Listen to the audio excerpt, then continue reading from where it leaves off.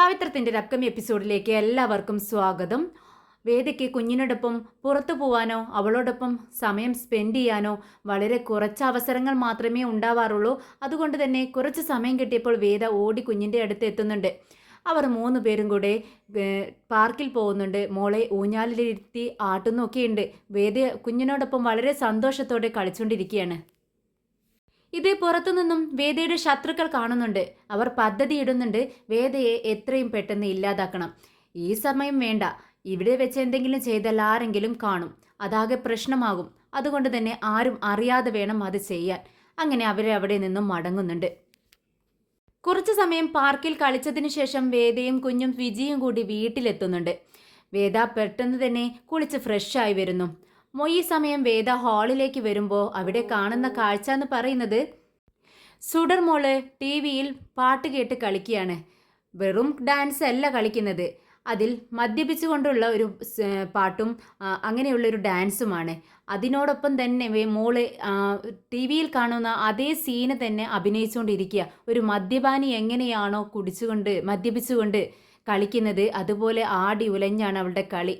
ഇത് കണ്ടുകൊണ്ടാണ് വേദ ഹാളിലേക്ക് വരുന്നത്. എന്നാൽ വിജി ഇതൊന്നും കാണുന്നില്ല. വിജി എന്തോ ബുക്ക് വായിച്ചുകൊണ്ടിരിക്കുകയാണ്. വേദയ്ക്ക് ഇത് കണ്ട് ആകെ ദേഷ്യം വരുന്നുണ്ട്. പെട്ടെന്ന് ഹാളിലേക്ക് വന്ന് റിമോട്ട് എടുത്ത് ടി വി ഓഫാക്കുന്നുണ്ട്. സുഡർ പെട്ടെന്ന് വേദയുടെ അടുത്തേക്ക് വന്നിട്ട് ചോദിക്കുന്നുണ്ട്, എന്താ വേദ ഈ ചെയ്തത്? ഞാൻ പാട്ട് കേട്ട് കളിച്ചുകൊണ്ടിരിക്കുന്നത് കാണുന്നില്ലേ? മൊബൈലിൽ കളിച്ചോണ്ടിരിക്കേണ്ടെന്ന് പറഞ്ഞു. ഞാൻ ഗെയിം ഓഫ് ചെയ്തിട്ടിരുന്നില്ലേ? ഇനിയിപ്പോൾ ഞാൻ ഡാൻസും കളിക്കേണ്ടെന്നാണോ വേദ പറയുന്നത്? ഇത് കേട്ടിട്ട് വേദ ചോദിക്കുന്നുണ്ട്, അല്ല മോളിപ്പോൾ എന്താ ചെയ്തുകൊണ്ടിരിക്കുന്നത്?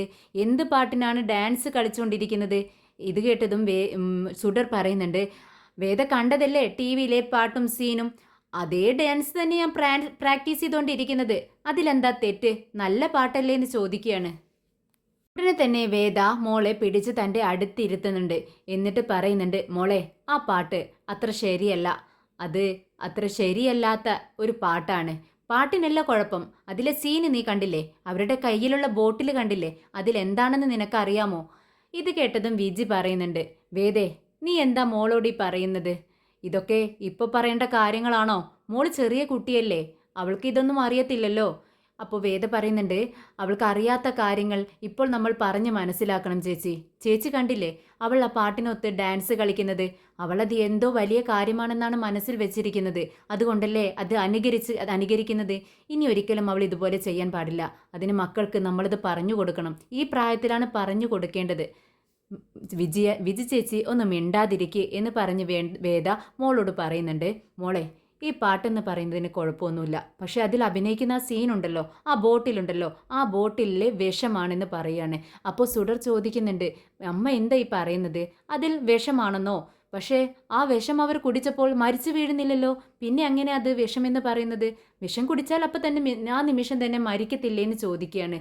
അതൊരു നല്ല ഡൗട്ടാണെന്ന് വേദ പറയുന്നുണ്ട്. പക്ഷേ മോളെ ആ വിഷം കുടിച്ചാലുണ്ടല്ലോ പതിയെയാണ്, സ്ലോവലിയാണ് മരണം സംഭവിക്കുക, പെട്ടെന്ന് മരിക്കത്തില്ല. ഇത് കേട്ടതും സുഡർ ആകെ പേടിക്കുന്നുണ്ട്. അങ്ങനെയാണോ അമ്മേ? അങ്ങനെ പതിയെയാണോ മരിക്കുന്നത്? അയ്യോ എനിക്ക് പേടിയാവുന്നു എന്ന് പറയാട്ടോ സുഡർ. ഉടനെ തന്നെ വേദ പറയുന്നുണ്ട്, മോള് പേടിക്കണ്ട, പക്ഷേ ഞാനൊരു കാര്യം പറയാം. ഇത് എങ്ങനെയാണ് മനസ്സിലാക്കേണ്ടതെന്നറിയാമോ? ഒരു ബാഡ് സ്മെല്ലുണ്ടാവും ആ ബോട്ടിലുള്ള ആ വിഷത്തിൻ്റെ സ്മെല്ലൊരു ബാഡ് സ്മെല്ലാണ്. നമ്മൾ ഒമിറ്റ് ചെയ്യുമ്പോൾ നമുക്കൊരു സ്മെല്ല് വരത്തില്ലേ, ഒരു ബാഡ് സ്മെല്ല്? അതുപോലെ ഒരു ബാഡ് സ്മെല്ല് അതിൽ നിന്നും വരും. അപ്പോൾ അങ്ങനെയുള്ളവരുടെ അടുത്തേക്ക് നീ പോവരുത്. അവർ ഗുഡ് ബോയ്സ് അല്ല, അവർ ബാഡ് ബോയ്സ് ആണ്. ഈ ബോട്ടിലുള്ള വിഷം കുടിക്കുന്നവരെല്ലാവരും ബാഡ് ബോയ്സ് ആണ്. അതുകൊണ്ട് അങ്ങനെയുള്ളവരുടെ അടുത്തേക്ക് മോള് ചെല്ലുകയും ചെയ്യരുത്. അവരെ ഹെയ്റ്റ് ചെയ്യണം, അവരെ വെറുത്തോളണം എന്ന് പറയുകയാണ്. ഇത് കേട്ടതും സുഡർ പറയുന്നുണ്ട്, ശരി വേദ, ഇനി ഞാൻ അങ്ങനെ ചെയ്തോളാം, ഞാൻ ശ്രദ്ധിച്ചോളാം. ഇനി എന്തായാലും ഞാൻ ഇത്തരം ഡാൻസ് കളിക്കത്തില്ല, ഓക്കെ എന്ന് പറയുകയാണ്. അങ്ങനെ സുഡറിന് എല്ലാ കാര്യങ്ങളും വേദ പറഞ്ഞ് മനസ്സിലാക്കി കൊടുക്കുകയാണ്. പിറ്റേ ദിവസം വിജിയോടൊപ്പം മോൾ സ്കൂളിലേക്ക് ഓട്ടോയിൽ പോയിക്കൊണ്ടിരിക്കുകയാണ്. സുഡർ ഒന്നും മിണ്ടാതെ തല താഴ്ത്തി ഇങ്ങനെ ഇരിക്കുന്നുണ്ട്. ഇത് കണ്ടിട്ട് വിജി ചോദിക്കുന്നുണ്ട്, എന്ത് പറ്റിയടാ നീ ഇങ്ങനെ മിണ്ടാതിരിക്കുന്നത്? നീ ഇങ്ങനെയല്ലല്ലോ, കലപില സംസാരിച്ചുകൊണ്ടിരിക്കുന്നതല്ലേ, ഇന്നെന്താ നിനക്കൊന്നും ചോദിക്കാനില്ലേ? ഒരു ഡൗട്ടും ഇല്ലേ ചോദിക്കാനെന്ന് ചോദിക്കുമ്പോൾ മോള് പറയുന്നുണ്ട്, ഏയ് ഞാൻ ഒന്നും മിണ്ടുന്നില്ല. ദേ വിജിയമ്മേ, ഇന്ന് സ്കൂളിൽ ഒരു രസം ഉണ്ടാവത്തില്ല. ഇന്ന് സ്കൂളിലേ പ്രൊജക്റ്റ് സബ്മിറ്റ് ചെയ്യുന്ന ദിവസമാണ്. ഞാനത് 2 ദിവസം മുന്നേ തന്നെ സബ്മിറ്റ് ചെയ്തു. ബാക്കി പിള്ളേരെല്ലാം ഇന്നാണ് സബ്മിറ്റ് ചെയ്യുന്നത്. അതുകൊണ്ട് സ്കൂളിൽ ഇന്ന് ഒരു രസം ഉണ്ടാവത്തില്ല, ക്ലാസ് ഒന്നും എടുക്കത്തില്ല. അതുകൊണ്ട് നമുക്കിന്ന് സ്കൂളിൽ പോകേണ്ട വിജയമ്മേ എന്ന് പറയുക. ഉടനെ തന്നെ വിജി പറയുന്നുണ്ട്, പിന്നെ ഇന്ന് പോവാതെ നമ്മൾ സ്കൂളിൽ നിന്നേക്ക് പോകാൻ വേണ്ടി വീട്ടിൽ നിന്നും ഇറങ്ങിയില്ലേ, ഇനി എന്ത് ചെയ്യും, വീട്ടിലേക്ക് തന്നെ തിരിച്ചു പോകണമെന്നാണോ നീ പറയുന്നതെന്ന് ചോദിക്കുന്നുണ്ട്. ഉടനെ മോള് പറയുന്നുണ്ട്, അതെന്തായാലും വേണ്ട, നമുക്ക് വീട്ടിലേക്ക് പോണ്ട, പക്ഷേ നമുക്ക് സിംബായുടെ വീട്ടിലേക്ക് പോയാലോ എന്ന് സന്തോഷത്തോടെ ചോദിക്കുന്നുണ്ട് സുഡർ. ഇത് കേട്ടതും വിജി പറയുന്നുണ്ട്, എന്ത് സിംബായുടെ വീട്ടിൽ പോവാനോ? എന്താ മോളെ നീ പറയുന്നത്? നമ്മളെപ്പോഴും അങ്ങനെ പോകുന്നത് ശരിയാണോ? അവിടെ ചെല്ലുമ്പോൾ സിംബ അവിടെ ഇല്ലെങ്കിലോ? അവർക്കത് ബുദ്ധിമുട്ടാവില്ലേ എന്ന് ചോദിക്കുകയാണ്. ഉടനെ സുഡർ പറയുന്നുണ്ട്, ഏയ് അങ്ങനെ സിംബ അവിടെ ഇല്ലെങ്കിൽ നമുക്ക് തിരിച്ച് വീട്ടിലേക്ക് പോവാം, അല്ലാന്നുണ്ടെങ്കിൽ സിംബയെ കാണാലോ, നമുക്കവിടെ കുറച്ച് നേരം സമയം സ്പെൻഡ് ചെയ്തിട്ട് വീട്ടിലേക്ക് പോവാം എന്ന് പറയുകയാണ്. അങ്ങനെ കൊഞ്ചുന്നുണ്ട് സുഡർ. നമ്മുടെ വിജിയുടെ താടിക്കൊക്കെ പിടിച്ച്, എൻ്റെ പൊന്ന് വിജിയമ്മയല്ലേ, എൻ്റെ പൊന്നല്ലേ, എൻ്റെ മുത്തല്ലേ എന്നൊക്കെ ചോദിച്ചുകൊണ്ട് വിജിയുടെ താടിയിൽ ഇങ്ങനെ പിടിച്ചിട്ട് കുലുക്കുന്നുണ്ട്. ഇത് കേട്ടതും വിജി പറയുന്നുണ്ട്, വേണ്ട വേണ്ട, നീ അധികം സോപ്പിടണ്ട, എനിക്കറിയാം നിൻ്റെ സോപ്പിംഗ് ആണിതെന്നൊക്കെ, അതുകൊണ്ട് തന്നെ എന്തായാലും നമുക്കവിടെ പോയി നോക്കാം. അങ്ങനെ സുഡറും വിജിയും കൂടി വിക്രമിൻ്റെ വീട്ടിലേക്ക് പോകുന്നു. എന്നാൽ ഈ വിവരമറിയാതെ നമ്മുടെ വിക്രമും ഫ്രണ്ട്സും വിക്രമിൻ്റെ റൂമിലിരുന്ന് മദ്യപിച്ച് പാട്ടൊക്കെ പാടി ഡാൻസൊക്കെ ചെയ്തുകൊണ്ടിരിക്കുകയാണ്. അവരിന്നത്തെ ദിവസം ആഘോഷിക്കുകയാണ്. വിക്രം ഒരു ബോട്ടിലൊക്കെ കൈ പിടിച്ച് ടി വിയിൽ പാട്ടും ഒക്കെ വെച്ച് നമ്മുടെ രാജേട്ടൻ്റെ തോളിലൂടെ കൈയൊക്കെ ഇട്ട് ഡാൻസ് കളിച്ച് പാട്ടൊപ്പം പാടുന്നുണ്ട്. അങ്ങനെ ഡാൻസ് കളിച്ചുകൊണ്ടിരിക്കുന്ന സമയത്താണ് അങ്ങോട്ടേക്ക് നമ്മുടെ വിജിയും സുഡറും കയറി വരുന്നത്. എന്നാൽ ഇതൊന്നും നമ്മുടെ വിക്രം കാണുന്നില്ല, ആരും തന്നെ ശ്രദ്ധിക്കുന്നില്ല. മോള് പെട്ടെന്ന് റൂമിലേക്ക് കയറി ഹായ് സിംബ എന്ന് വിളിക്കുമ്പോഴാണ് പെട്ടെന്ന് വിക്രം തിരിഞ്ഞു നോക്കുന്നത്. തൻ്റെ കയ്യിലുള്ള ബോട്ടിൽ ഒളിപ്പിക്കാനായി വിക്രം ശ്രമിക്കുന്നുണ്ട്, പക്ഷേ സാധിക്കുന്നില്ല. വിക്രമിൻ്റെ കണ്ണെല്ലാം ചുമന്നിരിക്കുന്നു, മുഖമെല്ലാം ആകെ മാറിയിരിക്കുന്നു. വിക്രമിൻ്റെ ആ കോലത്തിൽ കണ്ടതും സുഡർ ആകെ പേടിക്കുന്നുണ്ട്. എന്നിട്ട് ചോദിക്കുന്നുണ്ട്, ആകെ ഒരു സ്മെല്ലാണല്ലോ ഇവിടെ, എന്തു പറ്റി? ഓ, ഈ വിഷം നീ കുടിക്കുന്നുണ്ട് അല്ലേ? അപ്പോൾ നീ ബാഡ് ബോയ് ആണ്. ഇതിൻ്റെ സ്മെല്ല് എനിക്ക് പിടിക്കുന്നില്ല, എനിക്ക് ഒമിറ്റ് ചെയ്യാൻ വരുന്നു. ഈ ഒമിറ്റ് ചെയ്യാൻ വരുന്ന സാധനമാണോ നീ കഴിക്കുന്നത്? ഇത് ശരീരത്തിന് കേടല്ലേ, ഇത് വിഷമല്ലേ?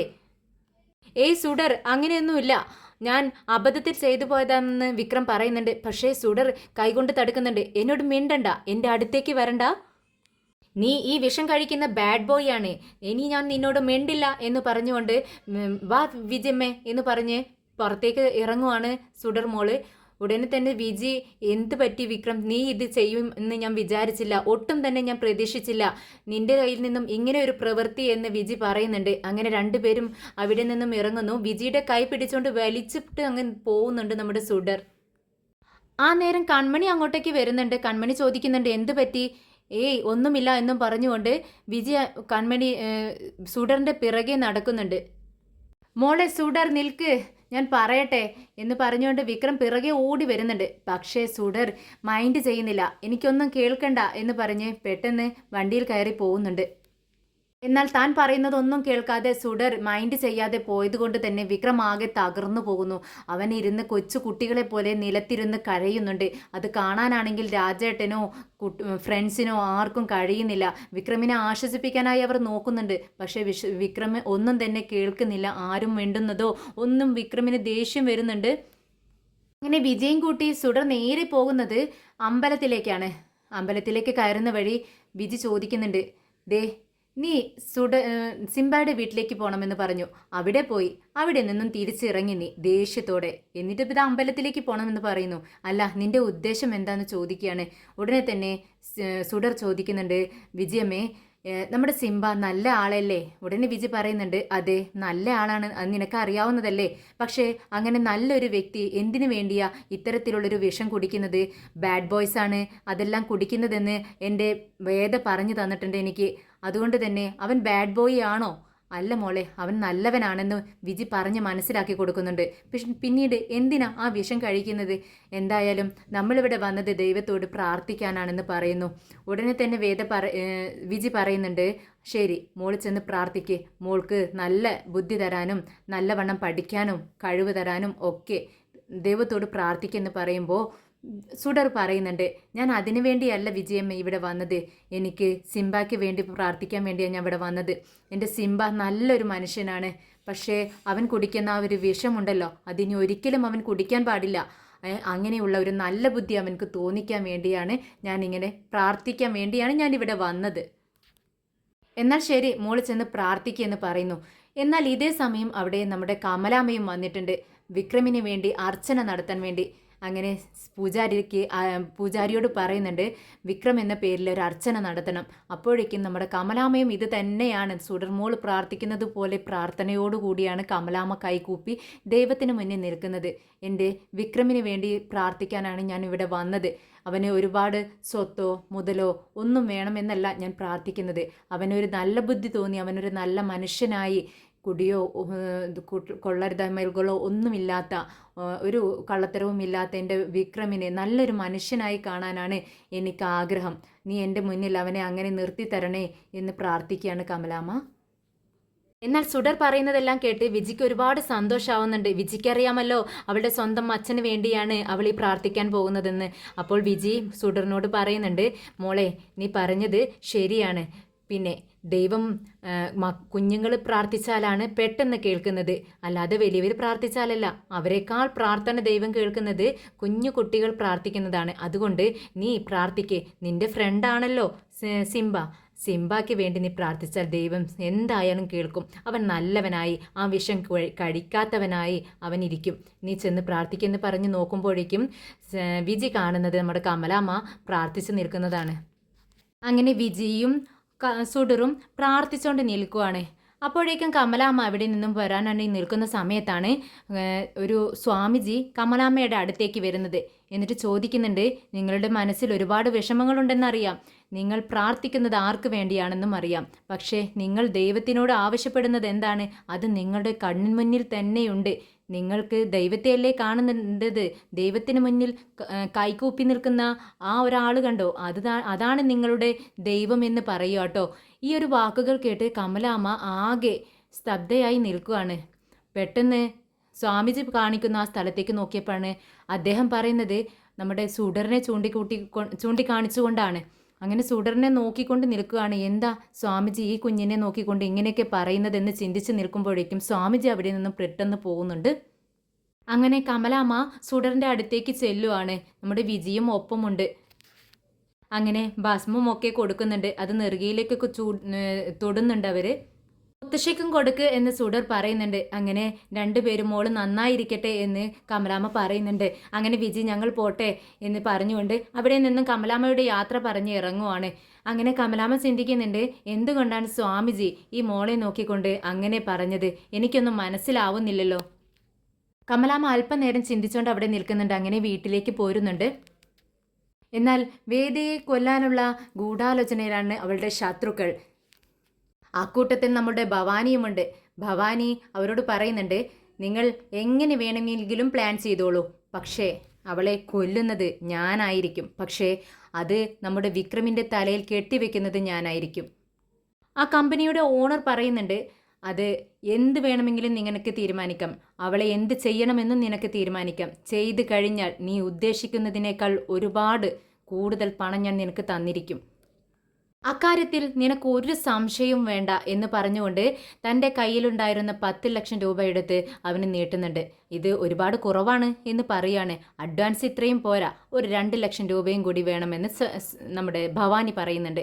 ഇത് കേട്ട് അദ്ദേഹം പറയുന്നുണ്ട്, ഇത് തന്നെ അല്പം അധികമാണ്, എങ്കിലും താൻ എനിക്ക് വാക്ക് തന്നതുകൊണ്ട് 2 ലക്ഷം കൂടി തന്നേക്കാം എന്ന് പറഞ്ഞുകൊണ്ട് ബാക്കി പണവും കൂടി ഭവാനിക്ക് കൊടുക്കുന്നുണ്ട്. എന്താ താൻ പറഞ്ഞത് ശരി തന്നെയല്ലേ? അതോ എന്നെ പറ്റിക്കാനാണോ താൻ ഇങ്ങനെയൊക്കെ പറയുന്നത്? അവൾ അത്ര ചില്ലറക്കാരിയൊന്നുമല്ല. ഇതിനു മുൻപും അവൾക്കിട്ട് ഞാൻ പണി കൊടുത്തിട്ടുണ്ട്. പക്ഷേ അതിൽ നിന്നെല്ലാം അവൾ രക്ഷപ്പെടുകയാണ് ചെയ്തത്. പക്ഷേ അന്ന് തന്നെ ഞാൻ അവളെ അവസാനിപ്പിക്കേണ്ടതായിരുന്നു. പക്ഷേ ഇത്രത്തോളം അവൾ വളർന്ന് എൻ്റെ ബിസിനസ്സിനെ ഇത്രയ്ക്ക് ബാധിക്കുമെന്ന് ഞാൻ ചിന്തിച്ചില്ല. അതുകൊണ്ടാണ് നിന്നോട് ഞാൻ വീണ്ടും വീണ്ടും ചോദിക്കുന്നത്. വയ്യാത്ത പണിക്ക് നീ നിൽക്കരുത്. ആരാണ് ഈ വിക്രം എന്ന് ചോദിക്കുന്നുണ്ട്. ഉടനെ തന്നെ